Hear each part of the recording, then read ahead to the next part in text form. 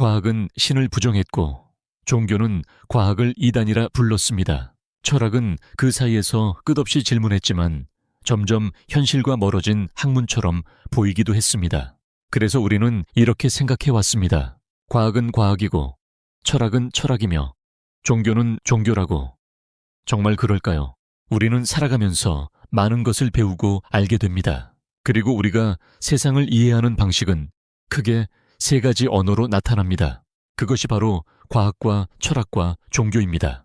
과학은 감각되는 물질 현상, 곧 혼의 차원에서 출발합니다. 보이고 측정되고 재현되는 세계를 관찰하고 그 안에서 법칙을 발견하며 실험을 통해 검증하는 알매 체계입니다. 그래서 과학이 중요하게 여기는 것은 정확성과 재현성, 그리고 구조의 아름다움입니다.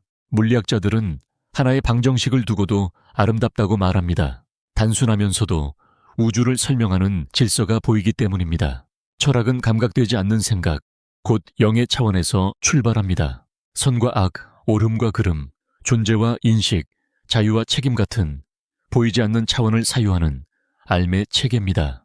그래서 철학이 중요하게 여기는 것은 유용함이 아니라 선함과 올바름입니다. 어떤 생각이 더 큰 선을 담고 있는지, 더 일관된 논리를 가지는지, 더 도덕적인지, 더 넓은 관계를 설명하는지가 중요합니다. 종교는 물질과 생각을 넘어서는 전체를 다룹니다. 하느님, 도, 절대자, 궁극적 실제와 같은 인간의 인식 너머의 근원에 대한 알매 체계입니다.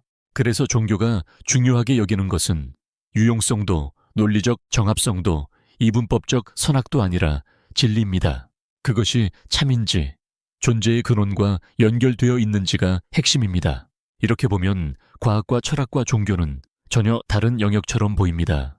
실제로 오랜 시간 서로를 부정하며 지내왔습니다. 어떤 과학자는 종교와 철학을 검증 불가능한 허구라고 말하고 어떤 철학자는 과학을 비인간적인 기술로만 보며 어떤 종교인은 과학과 철학을 불완전한 인간의 산물로 봅니다. 그리고 현대에 들어서는 과학만이 남은 것처럼 보이기도 합니다. 우리는 과학의 언어로 세상을 설명하고 기술로 삶을 바꾸며 데이터로 판단합니다.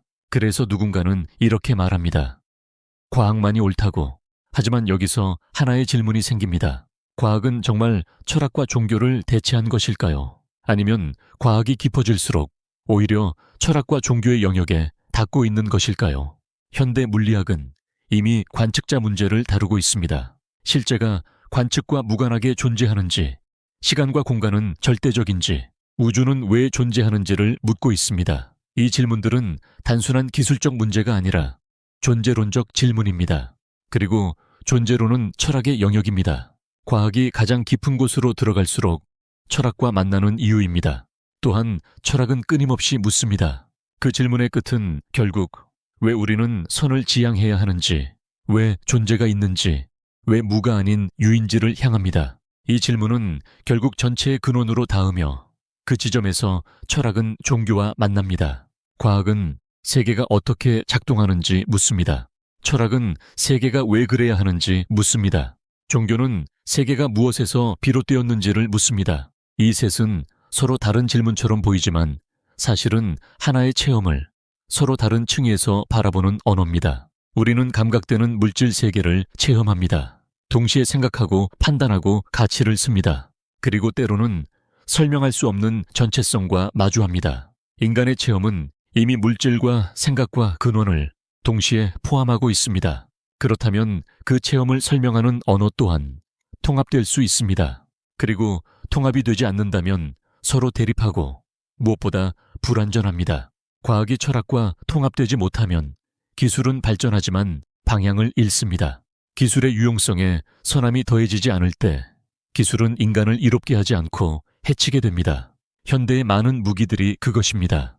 철학이 종교와 통합되지 못하면 사유는 정교해지지만 전체성을 잃습니다. 선함은 더 정교하게 주장되지만 전체성이 더해지지 않을 때 선함은 인간을 통합하지 않고 오히려 충돌하며 갈등이 생기게 합니다. 정치 갈등, 젠더 갈등 등의 사회적인 양극 단어들이 바로 그것입니다. 그래서 통합은 선택이 아닙니다. 인간의 체험 구조상 필연입니다. 물질은 가치와 분리되어 존재하지 않고 가치는 근원과 분리되어 존재하지 않습니다. 과학은 철학을 향해 열려 있어야 하고 철학은 종교를 향해 열려 있어야 합니다.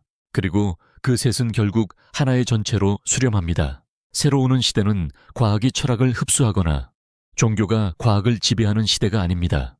과학의 철학이 통합되고 철학의 종교가 통합되며 결국 그 셋이 하나의 구조로 이해되는 시대입니다. 그 통합 속에서 우리는 기술을 더 인간적으로 사용하고 가치를 더 전체적으로 이해하며 진리를 더 겸손하게 마주하게 될 것입니다. 다음 이야기에서는 우리의 과학이 어떻게 철학과 종교와 구조적으로 통합될 수 있는지에 대해 더 깊이 이야기해 보겠습니다.